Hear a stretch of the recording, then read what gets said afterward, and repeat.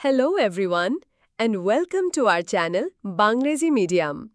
আজ আমরা ডিসকাস করব জুডিথ রাইটের অসাধারণ কবিতা উমেন টু চাইল্ড নিয়ে।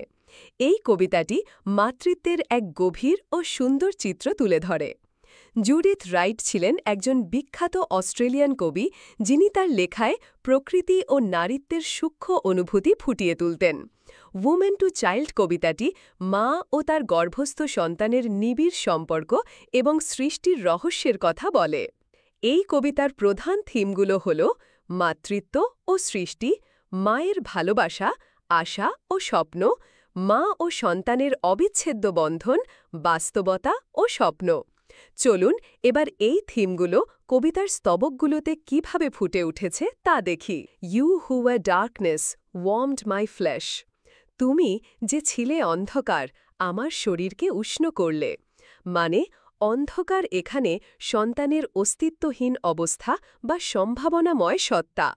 মায়ের শরীরে এসে সে জীবনের উষ্ণতা পেল। Where out of darkness rose the seed. যেখানে অন্ধকার থেকে বীজ, প্রাণের উৎস জেগে উঠল। বীজ হল প্রাণের সূচনা, জীবন, অন্ধকার বা অনস্তিত্ব থেকে জীবনের বিকাশ। Then all a world I made in me. তারপর আমার ভেতরেই আমি এক সম্পূর্ণ জগৎ তৈরি করলাম। এখানে কবি বোঝাতে চেয়েছেন যে মায়ের গর্ভই সন্তানের প্রথম জগৎ। এখানে মায়ের সৃজনী ক্ষমতা এবং মাতৃত্বের বিশালতা প্রকাশ পায়। দেয়ার মুভড দ্য মাল্টিটিউডিনাস স্টার্স। সেখানে অগণিত নক্ষত্র ঘুরত, অর্থাৎ মায়ের গর্ভকে এক মহাবিশ্বের সাথে তুলনা করা হচ্ছে। And coloured birds and fishes moved, there swam the sliding continents. আর রঙিন পাখি ও মাছেরা নড়াচড়া করত, সেখানে চলমান মহাদেশগুলো ভেসে বেড়াত।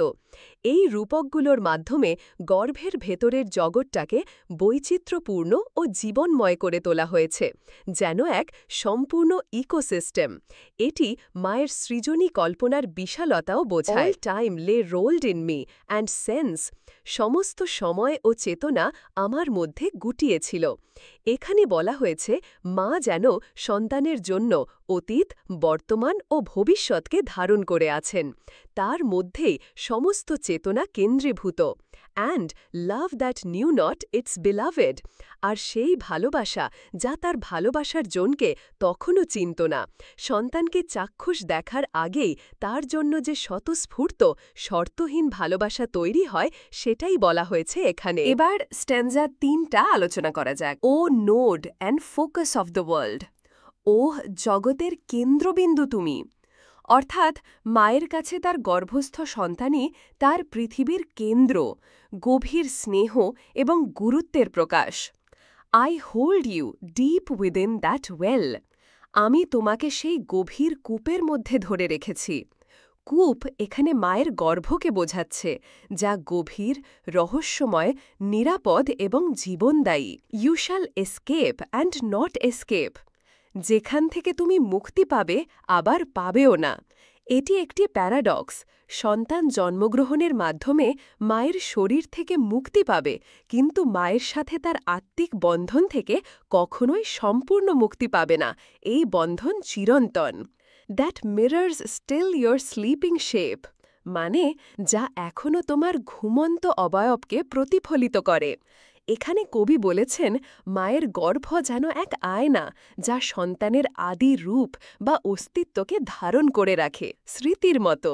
That nurtures still your crescent cell. যা এখনও তোমার ক্রমবর্ধমান কোষকে পুষ্টি যোগায়।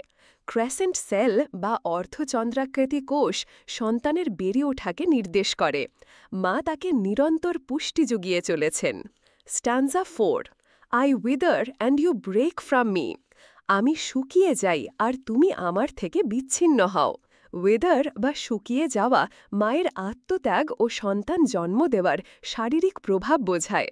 ব্রেক বলতে মায়ের শরীর থেকে বিচ্ছিন্ন হয়ে সন্তানের জন্মের কথা বলা হয়েছে। Yet though you dance in living light. তবুও যদিও তুমি জীবন্ত আলোয় নৃত্য করো। ডান্স ইন লিভিং লাইট সন্তানের স্বাধীন, আনন্দময় জীবনকে বর্ণনা করেছে। I am the earth, I am the root, I am the stem that fed the fruit. Fruit হল সন্তান। মা নিজেকে প্রকৃতিতে জীবনের মূল উপাদানগুলোর সাথে তুলনা করছেন। মাটি, শিকড়, কাণ্ড। তিনি সন্তানের ভিত্তি, উৎস এবং পুষ্টিদাতা। The link that joins you to the night. আমি সেই সংযোগ যা তোমাকে রাত্রির অর্থাৎ অজানা উৎস, গভীর রহস্যের সাথে যুক্ত করে। মানে, নাইট বা রাত্রি এখানে শুধুমাত্র অন্ধকার নয়, বরং জীবনের গভীর রহস্য, আদিম উৎস, অজানা অথবা মহাজাগতিক চেতনার প্রতীক। মাই সন্তানকে এই গভীরতর সত্যের সাথে যুক্ত করেন।